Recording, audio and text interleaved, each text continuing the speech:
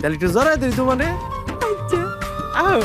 বাংলাদেশের ছোট পর্দার প্রতিভাবান অভিনেতা শাহবাজ সানি আর আমাদের মাঝে নেই। আকস্মিকভাবে হৃদরোগে আক্রান্ত হয়ে তার মৃত্যুতে সুখের ছায়া নেমে এসেছে বিনোদন অঙ্গনে। কিন্তু কিভাবে ঘটল এই দুঃখজনক ঘটনা, আজকের ভিডিওতে জানাবো বিস্তারিত। শাহবাজ সানি ছিলেন নাট্য জগতের পরিচিত মুখ।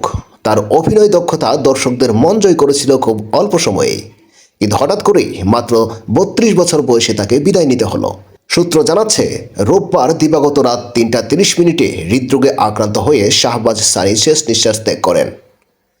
নির্মাতা হাসিব হুসাইন রাখি ফেসবুকে এই দুঃসংবাদটি জানান।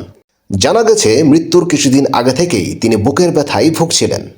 তবে তিনি হয়তো ভাবেননি এটি এতটা গুরুতর হতে পারে। মৃত্যুর মাত্র 10 মিনিট আগে তিনি চায়ের দোকানে বন্ধুদের সঙ্গে আড্ডা দিচ্ছিলেন। হঠাৎ করে তিনি মাটিতে পড়ে যান। পরে জানা যায় এটি ছিল একটি ম্যাসিভ হার্ট অ্যাটাক। তার এই অকাল মৃত্যুতে বিনোদন জগতে সুখের ছায়া নেমে এসেছে।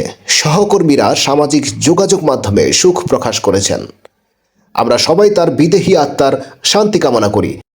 আপনাদের কি মতামত এই ঘটনায় কমেন্টে জানান এবং আমাদের সাথেই থাকুন, এবং পরবর্তী আপডেটের জন্য চ্যানেলটি সাবস্ক্রাইব করুন, ভিডিওটি লাইক করুন।